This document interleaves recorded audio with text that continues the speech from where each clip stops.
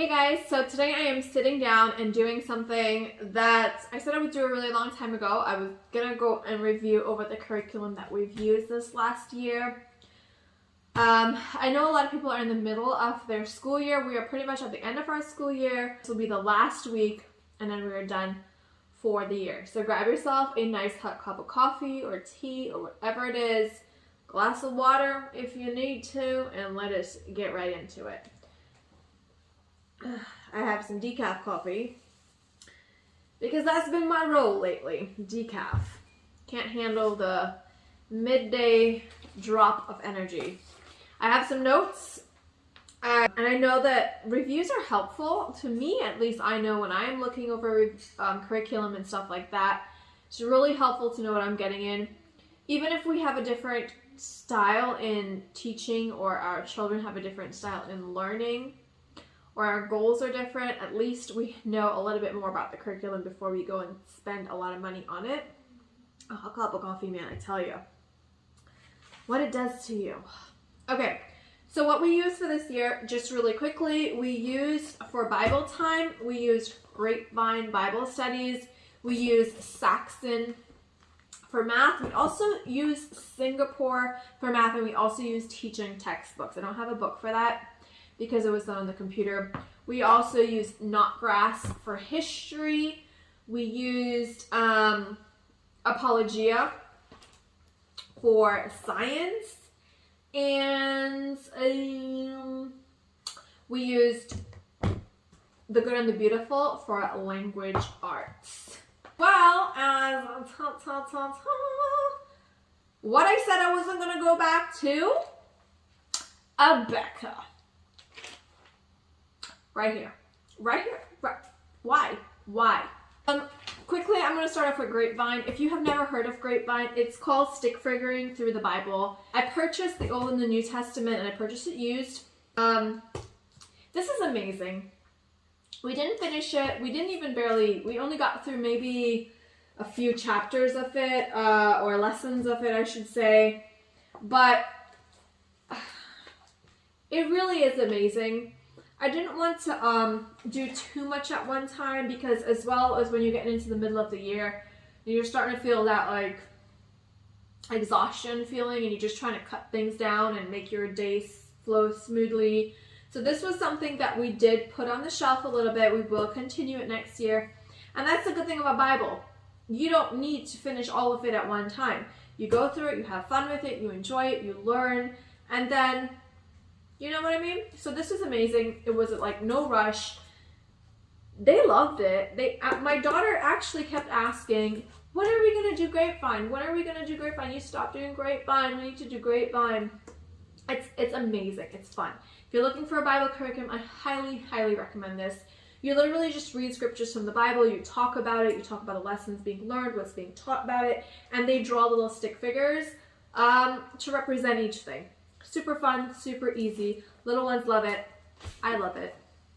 Another one that we loved was Knotgrass. I'm really glad that we did Knotgrass, and we will be continuing Knotgrass next year. Well, this year, in the next couple months. I already did purchase. I literally just put my hand on my eyeball.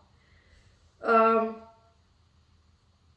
did purchase the America the Beautiful, which is what we will be doing this upcoming year here. I thought we would go through this a lot quicker, but I'm glad that we didn't. I'm glad that we took the whole year to do this. This is recommended for elementary grades, like early elementary, but I'm glad that we took our time to do this as opposed to rushing through it, because you learn a lot about each state. They have the notebooking kind of journal where you color and just reiterates facts. Simple learning, quick learning, just what I want for history. At this point, I don't think history should be too much because it repeats itself at the end of the day. I mean, it's not really history. It's more like geography and history in one. So it's a win-win. Amazing. Really love Knotgrass. Into the good stuff. Not the good and the beautiful yet, but the good stuff. When I say good stuff, I mean the stuff that I had a little bit of mixed feelings on. For example, Apologia. I feel like It was so much stuff, y'all. You know, I have notes here. Let me get my notes. Let me get my notes. Saxon Apologia, yes. Becca, teaching text box. Okay, so Apologia. Those two I didn't really make notes on, I don't think so. Love them. We'll keep doing them. I highly recommend them. Just love them. The pros of this was it's a lot of information. The cons of this was it's a lot of information. So that's a pro and a con, however you want to take it. For me personally, I felt like I did get, here's the thing, I got the 2 notebooking journals for this. I thought this was more of a unit study, and it surely, if you want to call it a unit study, it's a yearly unit study, if you want to put it like that. So it's not something you can do in a short period of time, at least not for me. This one book took us the entire 6th grade. It's a lot of stuff, y'all. Like, information-wise, I was blown away. I thought that I could do this with both my girls. My little can do the coloring on the like junior notebooking journal, and my oldest can you know, do her notebooking journal at the same time and do it as a family study unit thingy.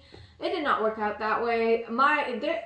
There's no way my youngest would understand much of anything in this book. Yeah, it's just a lot. It's a lot of stuff. Now, that's not a bad thing because you're paying for it and you want them to learn, right? That's the whole point of it. But it was just a lot more than I expected to it. We will continue using Apologia. We're not going to be using the notebooking journals as much. Honestly, we used the notebooking journal for probably the first 3 weeks to a month. And then we stopped using it. Towards the end of the year, I did have her go through and do as much as she could in the notebooking journal. Go back to that lesson and do what you can in the notebooking journal. Because I just didn't want to waste the money on the notebooking journal. However, it was a little bit confusing to line up the subjects with the journal. But the journal was fun. They had crossword puzzles, writing lessons, and, you know, lots of interesting things. The books and stuff, the little notebooks, we didn't even do. It's just a lot. I just had her read from the textbook. It became more of an independent kind of thing for her. And she enjoyed it, as you heard. She learned a lot of stuff about it. How much of that will she remember? I don't know. It started off, when it first started, I was just like, I'm not sure this is for us. I'm not sure.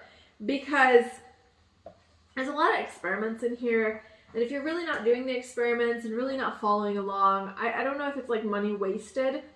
I like something a little bit more simpler and a little bit more hands-on. This is very hands-on, I feel, but it's complicated. That's how I feel. It's just a little complicated.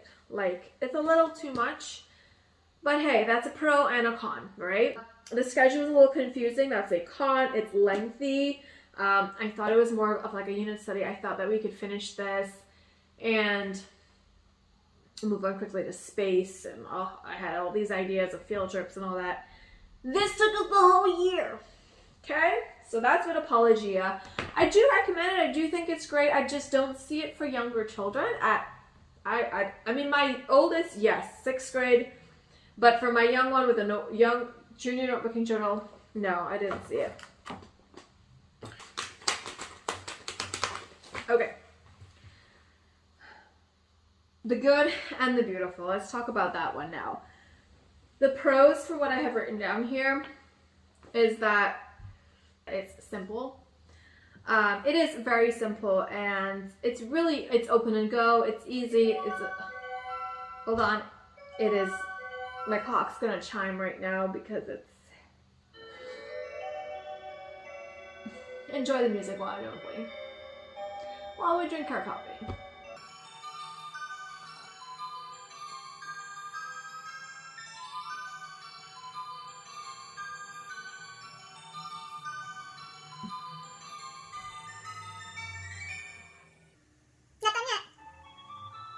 I love that clock, by the way. Every hour it chimes and plays some music.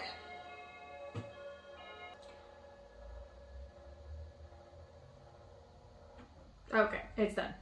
Alright, so the good and the beautiful, it is simple, it is open and go. It's very little that you need. To be really honest with you, we did not use the reader. and we didn't use all the cards. From what my understanding is, the cards are from 5 to 7, levels 5 to 7. So I believe like we'll continue using the cards later on. I will be purchasing The Good and the Beautiful again. Even though I did find some cons, if you will call it that, on the curriculum, I really love that it was easy to follow. It was very easy. You know, you got a lesson here. They do their lesson in the book. You find the answers in the course companion. I love that it really worked on a lot of writing, a lot of essay writing, research and write. I love that. Really, really love that. They had sentence diagramming in here. Now, honestly, the way how they teach sentence diagramming in here was very... I didn't learn sentence diagramming when I was in my years in elementary. However, the way how they teach it here was really easy, very simple, and I understood it. So, I mean, it's good when you understand it so you can explain it to your children, if you know what I mean. Okay, so it's clean. Of course, we know the author, Jenny Phillips, her main mission was to find clean books and clean, something simple, open and go for her daughter. I love the writing part. The artwork was really nice. It was like, usually it happened on a Friday or so when they would have a watercolor project kind of thing to do. And that was always like a light, easy lesson. Not really language art related, but I guess that's where the arts come in. I didn't find much spelling in this, unfortunately. I did not find much geography. There was very little. Vocabulary. Yeah, not a lot of vocabulary at all. No. In my opinion, okay? So let's go over the pros first. So it's simple. It's not time consuming at all. It's very easy to follow. I love that the writing essays. I do love the little bits of art that they put here and there. I do. I want to support it because I feel like what she's doing is amazing. Like, you don't see curriculums doing what she's trying to do with The Good and the Beautiful, giving away free. Like, you can get The Good and the Beautiful for free if you just download it yourself, stuff like that. So again, it's really amazing. We are going to continue using it for the next year, Lord willing, as I see it right now. However, cons was there was a few mistakes in the course companion, the answer book. There were some mistakes, and I mean it's a mistake, and you're correcting it. And I've seen other people talk about different, like their math and stuff like that. I believe there were mistakes in the answer book as well. So that right there for me was a con, because if I'm on the go and I'm quickly checking something, and a lot of times this actually happened with this curriculum. My daughter answered some questions. I was checking it really quickly without even seeing what the question was itself, and I marked it wrong. And she's like, "Why is this wrong?"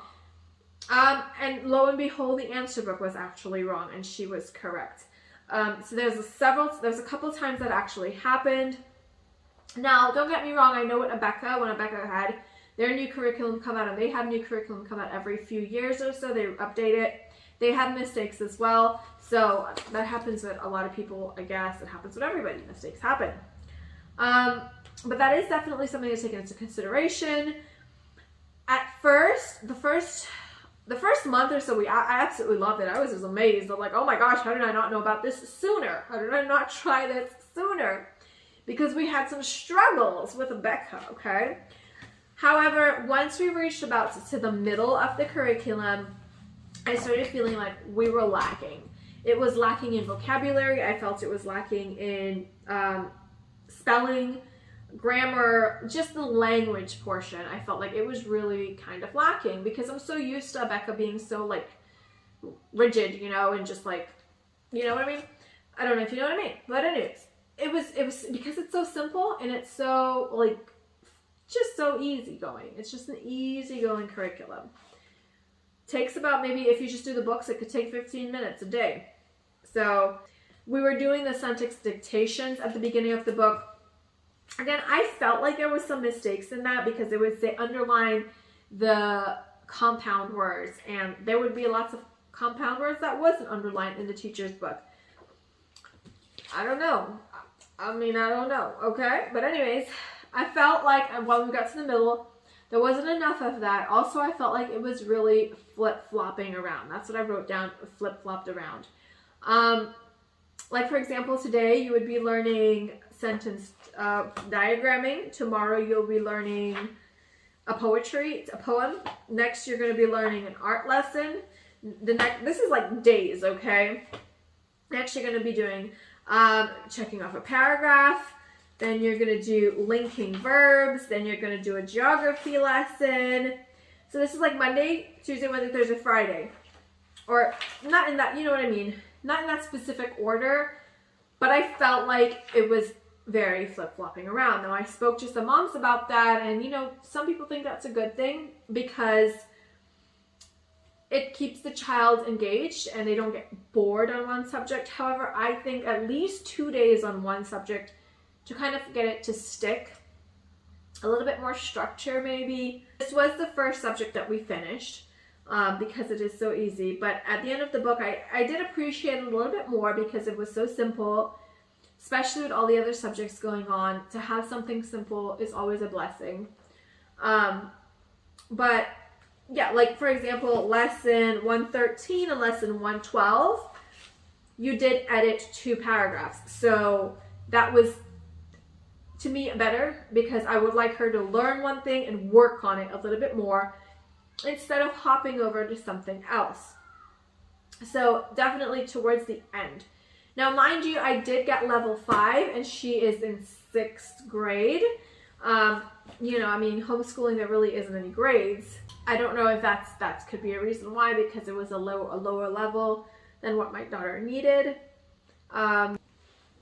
That's just some of my thoughts on it. It flip-flopped around. There was some mistakes. Learning one thing today, tomorrow you're learning something else. The next day you're learning something else. The next day you're doing something else. And because of that, I went ahead and I got Becca. Now, I did not buy Becca brand new because that's like $300, okay? So I did not get a Becca brand new. I got it used and I got it for a very, very, very good price, okay? So always check Facebook Marketplace, homeschool used groups on Facebook, on wherever. Just always check. Because I got this off of online and it was very affordable. Very cheap. So I got a Becca grade 6 and I'm like, as soon as we finish this, because this was the first thing that we finished, we were gonna go back and we're gonna try a Becca language and see how it works.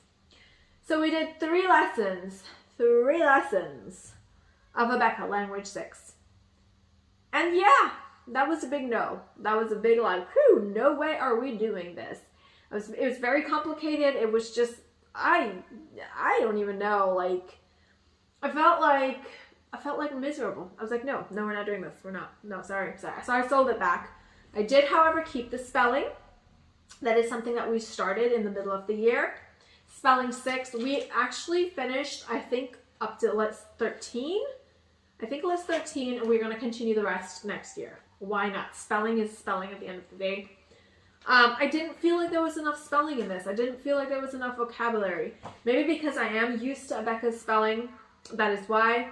Mind you, I am not using Becca's spelling like how they want it to be used. I'm doing it my own way. After using Becca for about many years, we use Becca. Yeah, not doing it. So I tried the Becca language. That did not work for us. It was way too complicated. I thought, you know what, this is great. I realized it's like, you know, the grass is always green on the other side. Like, no, this is actually not that bad. This is great. And one thing I like about this is at the beginning of the lesson, whether it's linking verbs, nouns, sentence diagramming, whatever it is, they're going to have a page for you to refer back to in your course companion with the teaching of that. So whether your student forgot how to diagram a sentence, forgot what a preposition, a noun, a linking verb, whatever. If they forgot it, they can simply go back to the course companion because they have it labeled right on the front of every lesson pretty much, where they can get the information for it. Becca was not like that. They may show you at the beginning of a lesson and 10 lessons down. They're not going to refer back to that lesson. You just, you know, If you don't remember it well, you gotta go search for it, or hard luck. But anyways, that's why. Now spelling, we did get this, and this is what we were using. This is what we will be continuing to use. I think it's great, but we're not doing it how Abeka normally. So what Abeka does is they have 35 words. 35 words, spelling and vocabulary. This is probably backwards for you anyways. They do one list a week in Abeka. Now, we did a Abeka Academy for many, many years. They do one list a week. I do one list in 2 weeks. I split it up. I have her do the first 10 words like the first 2 days. The second 10 words for another 2 days. So the first week or so, first week and a half, we practice. First week and a couple days, we practice. She goes over all this. The last couple days, a review, and then we do the test. There's also some little practice and like a worksheet for her to do. Sometimes there's crossword puzzles, or not puzzles, but sort of like puzzles. But anyways, oh yeah, there is a crossword puzzle. But yeah, so I don't have her do it all in 1 week. We split it up in 2 weeks, and that way she actually retains her information. I have found that to be very helpful, as opposed to just learning it and cramming it for a test. She has been, when she's been writing her essays for the Good and the Beautiful, she's been using the words, the larger words that she learned in her spelling and her vocabulary, because she's learning it at a slower pace and she's understanding it. I don't see the point in shoving things down children. For what reason? Okay, I'm gonna need to get some water to drink. Oh, to Saxon and Singapore and teaching textbooks.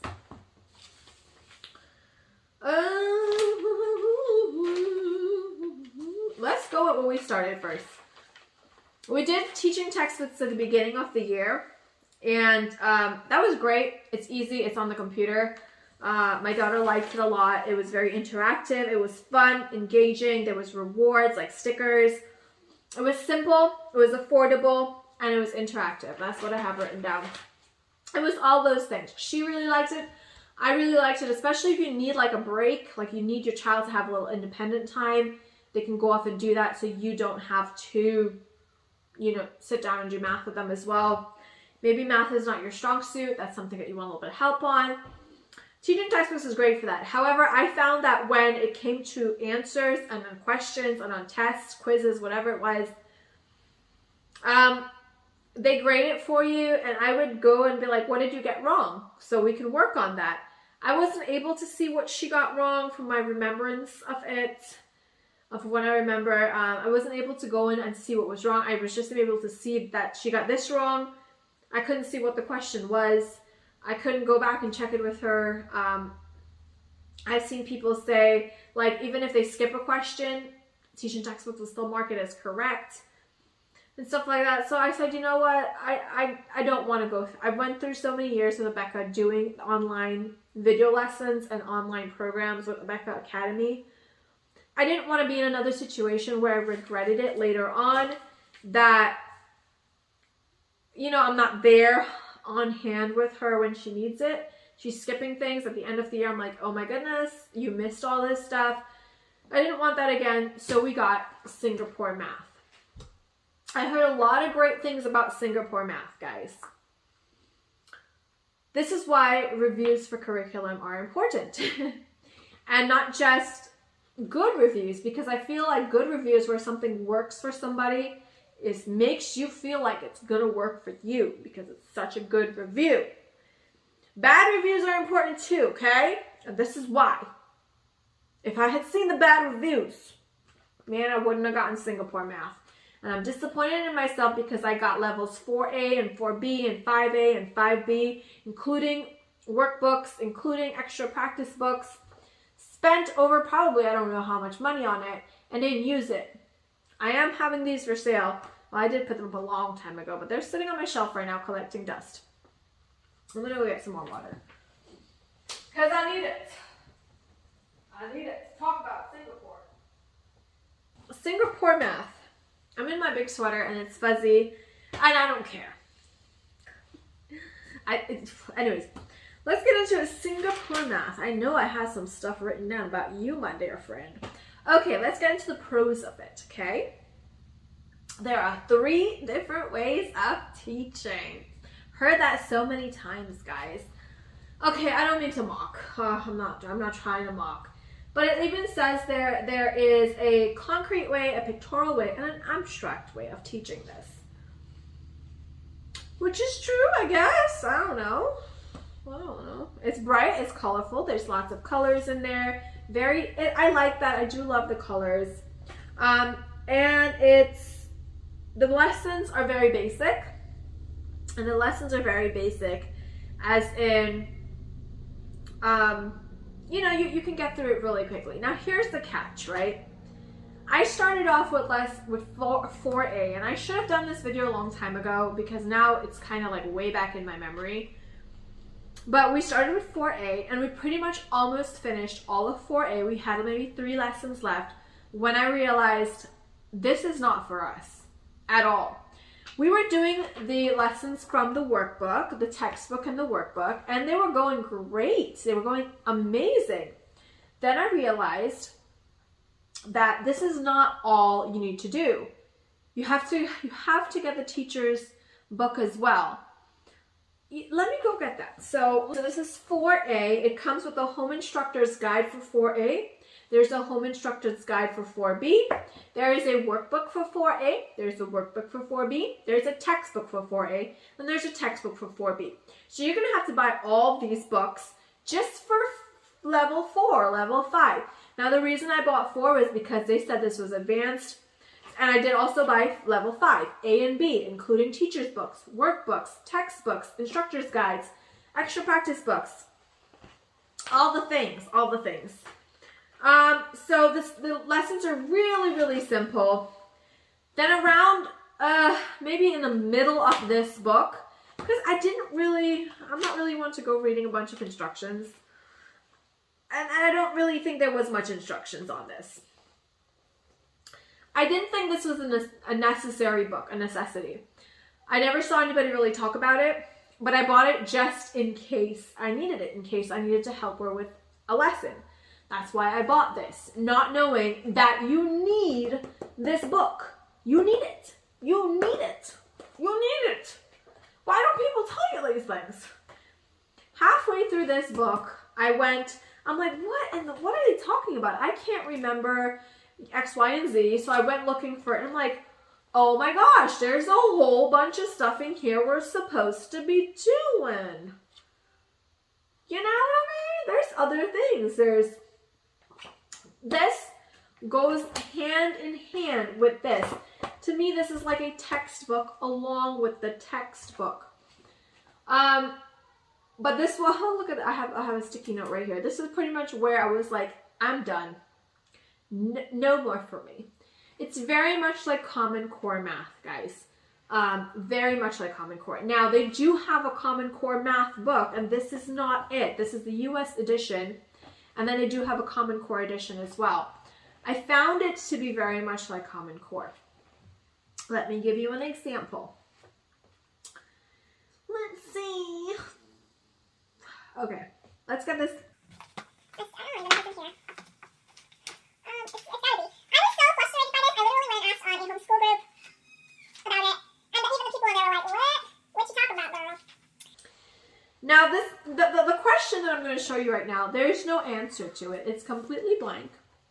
When my husband came home from work, that's when we run to our husbands like, listen, help me. I don't know what to do. Can you help me? Nicole and Tasha have 2,000 stickers together. Well, all together. If Nicole has 600 more stickers than Tasha, how many stickers does Nicole have? Now, excuse me while I itch my nose. Typically, what I would do is I would write this as an equation, right? We work it out like an equation. I went to get my teacher's book to see how they solve it. This is their explanation. 600 is added to the number of stickers Tasha has. They will both have the same amount. 1,000 plus the 600 that Tasha has more than and then you get that much, then you divide it by both of them. Now that is a very simple way of doing it.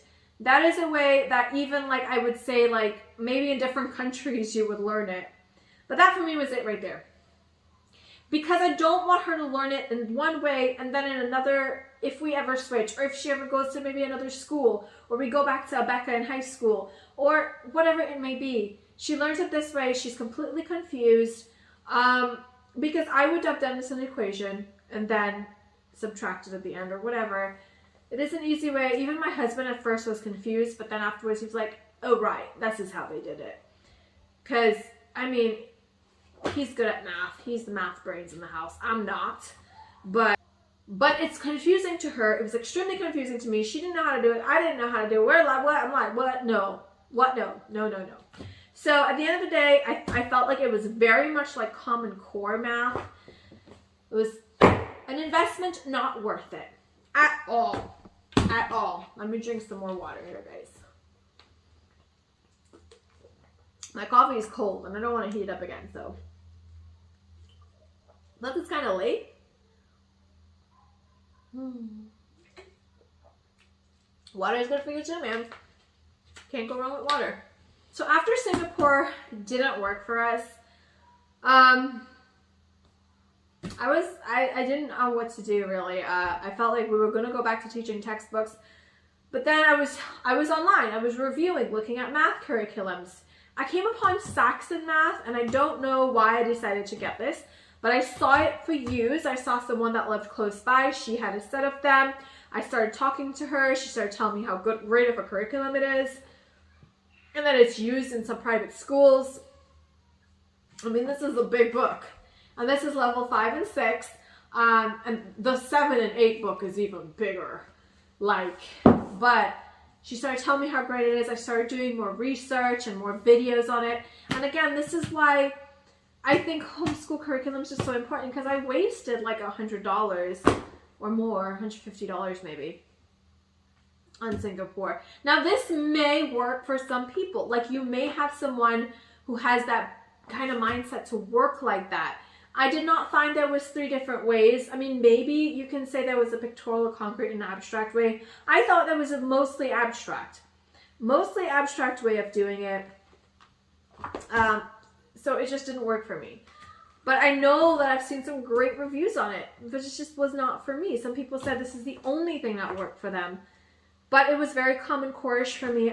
It was very abstract. So maybe if your child doesn't grasp math in like the way it's taught, like, you know, step by step by step like that, they might grasp it a lot better like this, where it is working in different ways. But my brain is not like that. My daughter's brain is not like that.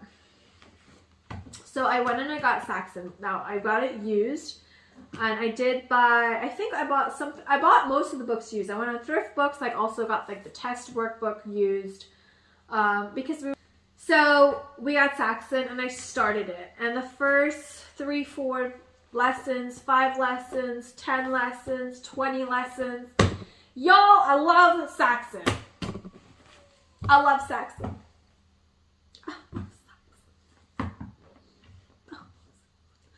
That may be a little bit extreme, but no, it's not. Again, your child's future is in front of you. Now, is it the best? I think it's pretty great. I don't think there's any one perfect curriculum. There has been a couple things that I didn't really like about it.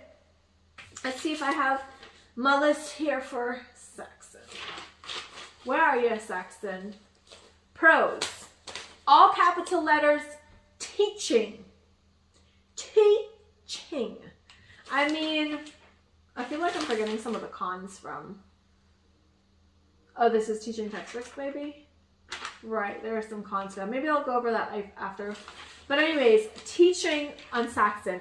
The number one important thing when it comes to math, when it comes to any core subject, is teaching. Especially math. And this teaches so well. I am amazed at how well it's open and go. Your child can do it on their own. I've been having my daughter do little by little more independent on her math. Something that she can be more independent in because it teaches it so well. There have been times that she has said, oh my goodness, I never realized that's why they do X, Y, and Z in math. So to me, that is a huge, huge win. Thank you, Saxon. Whoever, what is his name? Hake Saxon. Thank you. Thank you, thank you.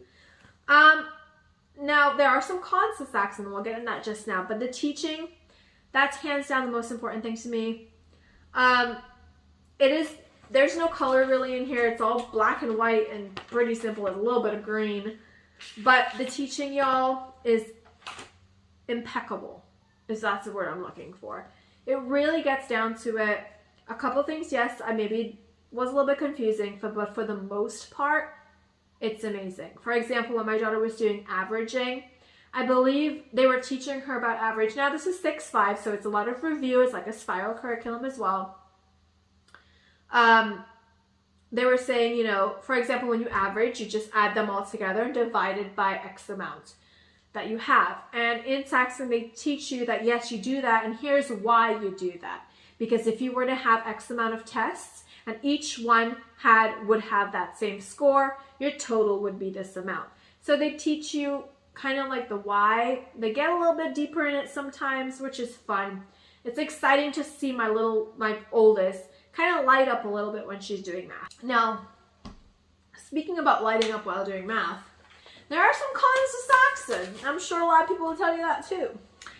It seems like it'll take you forever. Okay? Okay. Can be time consuming. Now, the way how they recommend you use their books is you do all of their work. Every single one of their mixed practice and lesson practice. Now, let's finish off with the pros.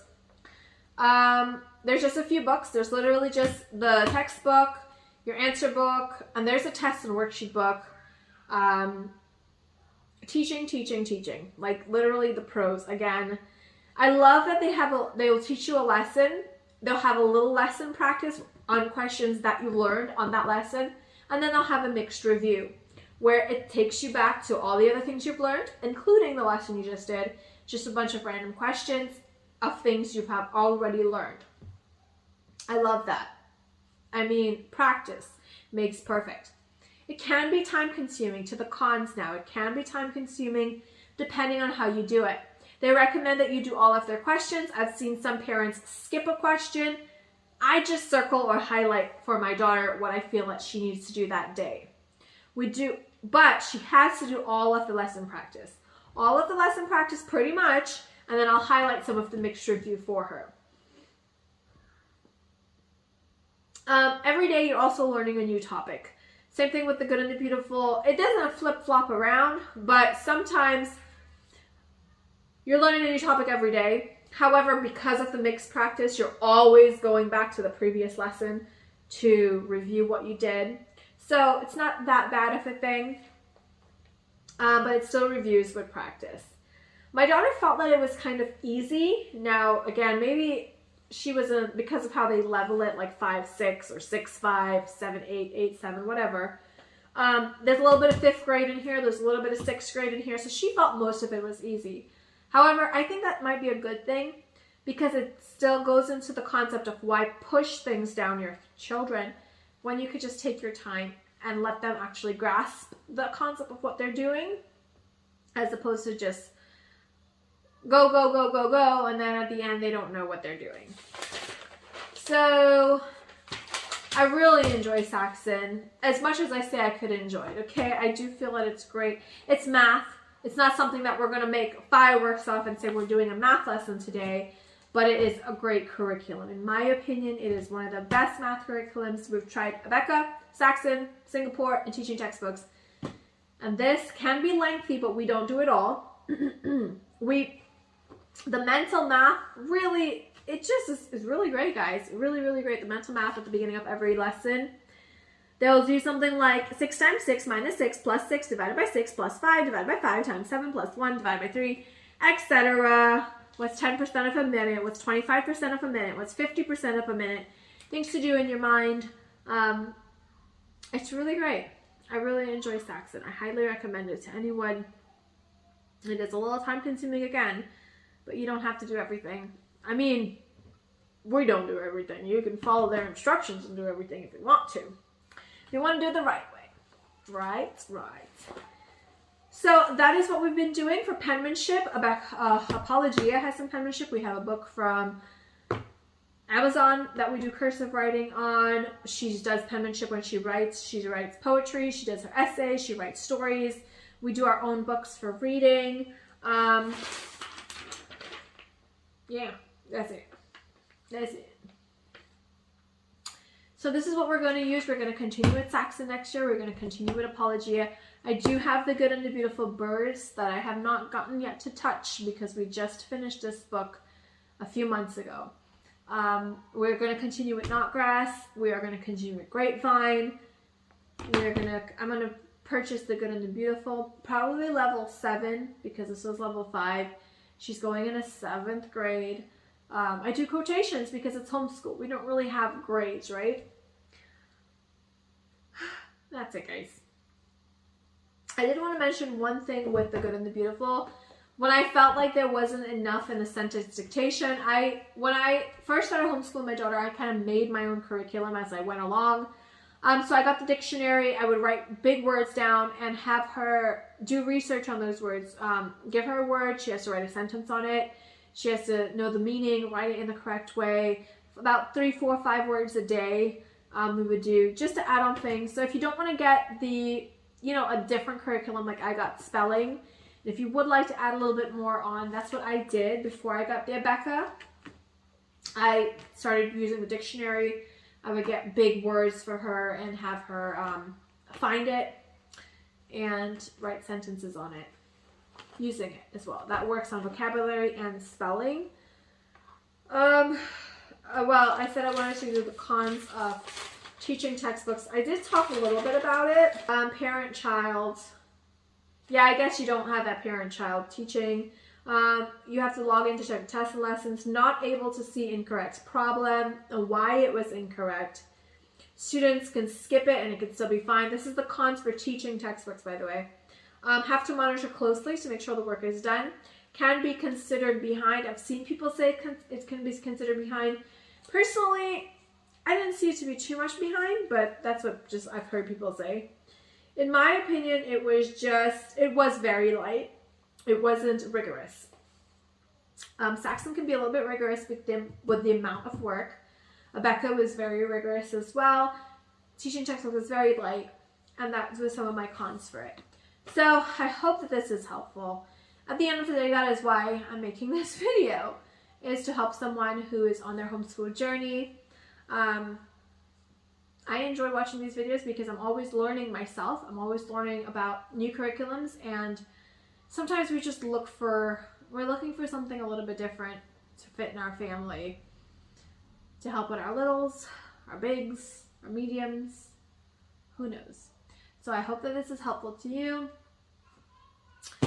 If you enjoyed the video, let me know in the comments below.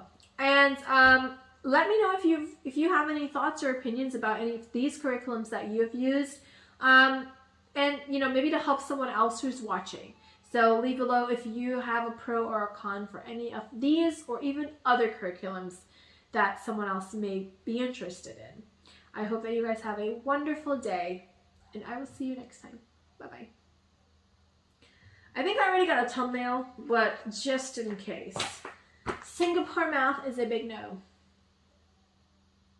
It's a negative, guys. It's a negative. I want to point out one more thing with the Good and the Beautiful. I have found that they have repeated some of their same questions in different lessons. My daughter has noticed it as well when she would do a lesson, and 10 lessons down the road, there'll be the exact same questions asked for it. And this may not be an example here, but definitely I have found that some of their lessons to be very repetitive. And another thing with Saxon, I did want to also point out, because this is important, if you do need help with Saxon, there is something called Nicole the Math Lady, and I'll see if I can link it below. We haven't used it, so I don't know, but I know that that is definitely a help for homeschool parents who need that extra help with Saxon math.